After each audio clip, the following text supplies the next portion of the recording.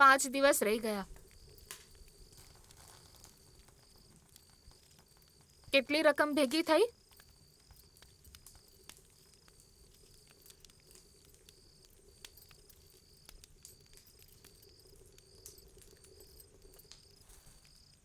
કાનજી આવ્યો હતો.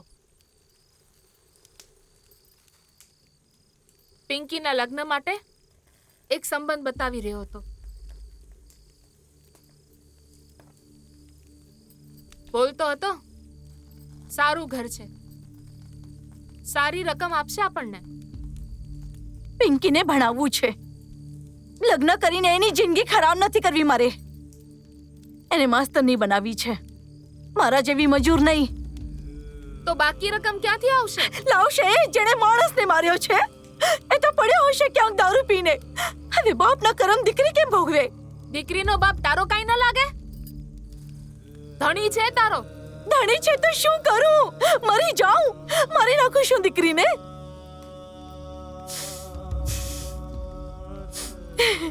દીકરીને વેચવા કરતા સારું છે પોતાને વેચી દઉં. તો વેચી નાખ.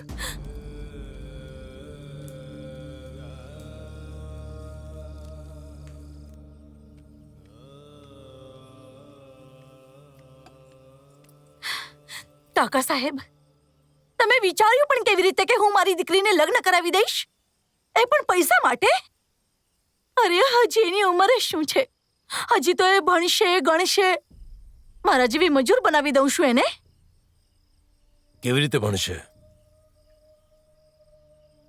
ખાવાના પૈસા તો છે નહીં તારી પાસે.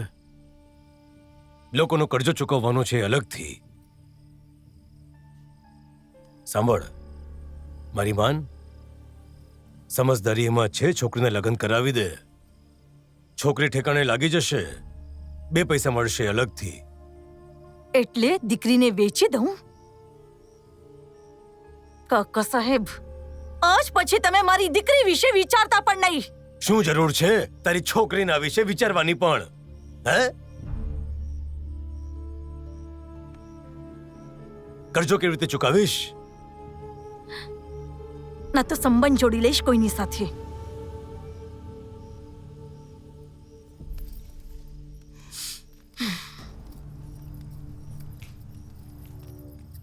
જેવી ભાભી,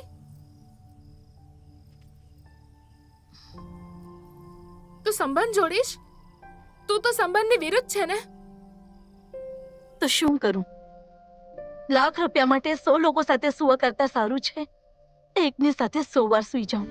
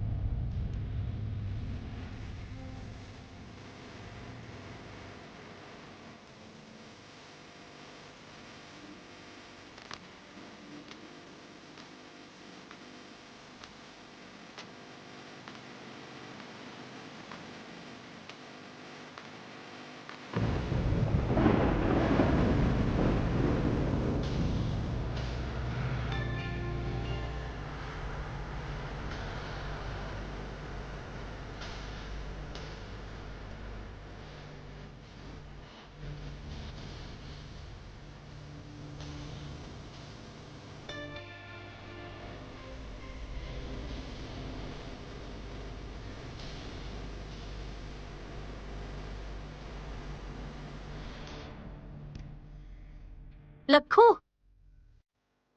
લખો. અરે જીવી તું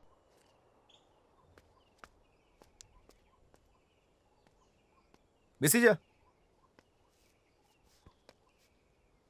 ગભરા નહીં, બેસી જા.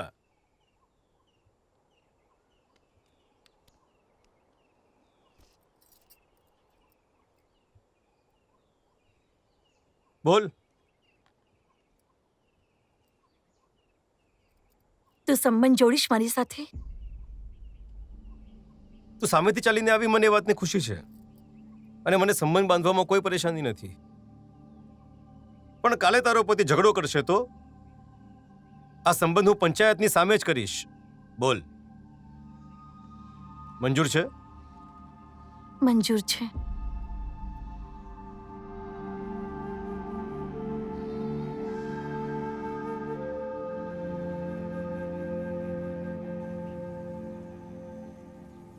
જો ભાઈ રત્નુ, તારી બૈરી સાથે સંબંધ કરવો માંગે છે. સરપંચજી, એ પણ સંબંધ બાંધવા માંગે છે. બંને પરસ્પર સંબંધ કરવા માંગે છે. તને કોઈ વાંધો છે? હવે જ્યારે બંને નક્કી કરી જ લીધો, હું શું બોલું? મને મારો અરજાનો અપાવી દો બસ. અરે તું એની ચિંતા નહીં કર. લખો આપી તો રહ્યો છે 2 લાખ રૂપિયા. શું વાત કરો છો કાનજી? 1.5 લાખની વાત થઈ હતી. અરે મોઢામાંથી નીકળી ગયું. તો ઠીક છે, 1.5 લાખ મંજૂર છે તને? 1.5 લાખ મંજૂર નથી તો પછી શું જોઈએ છે તારે? 1.5 લાખ અને 4 બોતલ દારૂ. જો લો ભાઈ, દારૂડી રમન દારૂ મેં. ઠીક છે ભાઈ, તો ભાઈ ફેસલો થઈ ગયો. કાલે લખું પન્નાજી અને 1.5 લાખ રૂપિયા આપી દેશે. લખું, કાલથી જીવિત તારી.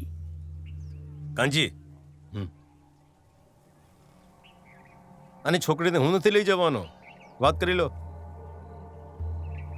25,000 લાગશે. બહુ લાલચી થઈ ગયા છો કાનજી. વાત તો કરી લો, પૈસા હું આપી દઈશ. ઠીક છે. એક વાત હજી છે, એનો પણ ફેસલો કરી નાખો સાથે સાથે. નાતાના રિવાજના હિસાબથી જેવી રતનિયાના મા બાપ અને છોકરી સાથે મેલ મિલાપ નથી કરી શકતી. મંજૂર છે તો બોલો. આ શરત મંજૂર નથી મને. દીકરી તો મારી છે, એ મારી સાથે જ રહેશે. મને મંજૂર નથી. હું નહીં રાખું આની છોકરી બોકરીને. એ જીવી, આ તમારા બંનેનો અંદરનો મામલો છે. તને સંબંધ કરવો હોય તો કર, નહીતર રહેવા દે. તો પછી મારે સંબંધ નથી કરવો. અરે નથી બેસવું સંબંધમાં તો આટલો ડ્રામા શું કામ કર્યો? જે રીત છે એ તો કહી મેં તમને. હું કોઈ રીત રિવાજ નથી જાણતી. હું બસ એટલું જાણું છું કે દીકરી મારી છે અને હું એને નથી છોડી શકતી. છોડી નહીં શકે પણ ભૂખ્યા મરતા જોઈ શકશે. એનો કરજો નહીં ચૂકાવે ને તમે બધા જીવતા જીવ મરી જશું. અને બચેલી રકમથી કમસે કમ પિંકીનું ભણવાનું તો થશે. ના કામો બધાનો સમય બગાડો નહીં. જે પણ ફેસલો કરવો હોય જલ્દી કરો. એકબીજા પર ભરોસા ના હોય તો કોર્ટમાં જઈને કાગળ કરાવી લો બસ. જો પનોજીયા, સમજાવવા ને. આ જ એક રસ્તો છે લોકોનો કરજો ચૂકવવાનો. અરે આને નથી દેખાતું જે હું સમજાવું છું. સંબંધ જોડવાનો વિચાર પણ આનો હતો અને હવે વાતથી ફરી જવાનો પણ આનો જ છે. મારી તરફથી બધા ભાટમાં જાવ. ચાલ દતનિયા.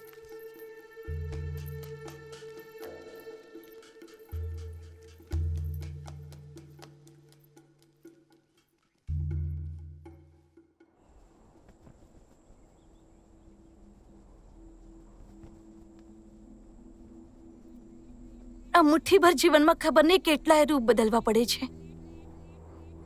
હવે તો લાગે છે બસ મોત આવી જાય અને આ દુઃખોમાંથી છુટકારો મળે. મરવાથી પણ ફરક નહીં પડે જીવી ભાભી. આ જન્મમાં જે લખાયું છે આ જ જન્મમાં પૂરું કરવું પડશે.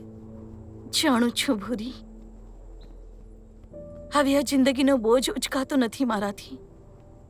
આ સૂકા સૂકા પહાડોમાં રહીને જિંદગી પણ સુકાઈ ગઈ છે મારી. પાણી પડવાથી પાછી આ જગ્યા લીલીછમ થઈ જશે. અને બની શકે ને લાખોના આવ્યા પછી પાછું તારું જીવન હર્યું ભર્યું થઈ જાય.